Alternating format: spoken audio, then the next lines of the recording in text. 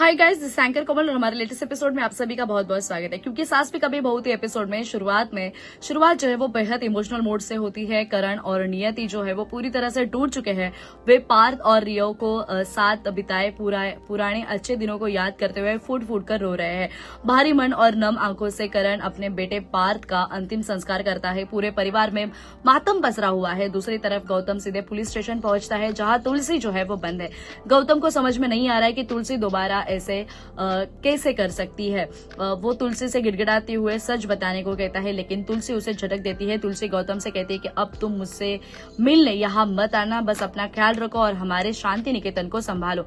इधर शांति निकेतन में हेमंत, पूजा, देव और ऋतिक को जब ये पता चलता है कि तुलसी को पार्थ के कत्ल के आरोप में गिरफ्तार कर लिया गया है, तो उनको पैरे तले जमीन जो है वो खिसक जाती है। देव तुरंत करण के पास आता है और बताता है कि कल ही पार्थ उससे मिला था और वो बिल्कुल ठीक था। देव शक जताते हुए करण को सलाह देता है तो उसे वैष्णवी से बात करनी चाहिए, क्योंकि वैष्णवी को जरूर कुछ न कुछ जो है वो पता होगा।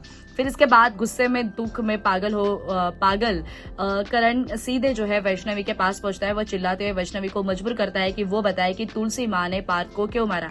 इससे पहले कि वैष्णवी कुछ बोल पाती है, नंदिनी बीच में आती है और करण को वहां से ले जाती है। करण की हालत देखकर नंदिनी का दिल भी फट जा रहा है। वो पार्थ के साथ बिताए हुए हंसते खेलते पलों को याद करती है, लेकिन सच तो ये है कि खुद नंदिनी इस बात से परेशान है कि उसने खुद अपने हाथों से अपने सगे बेटे को जो है वो गोली मारी थी।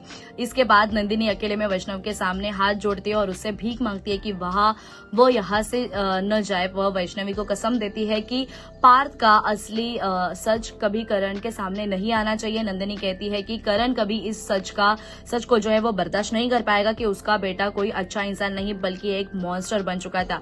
अगले एपिसोड में आप देखेंगे कि कहानी में पूरे लंबे 10 साल का जो है लंबा लीप आने वाला है। 10 साल सजा काटने के बाद तुलसी आखिरकार जेल से रिहा होकर बाहर आने वाली है, जिसके कहानी में एक नया ड्रामा शुरू होने वाला है। सो ऐसी एंटरटेनमेंट से खबरों जानने के लिए देखते रहिए हमारा channel. Stay tuned and connected.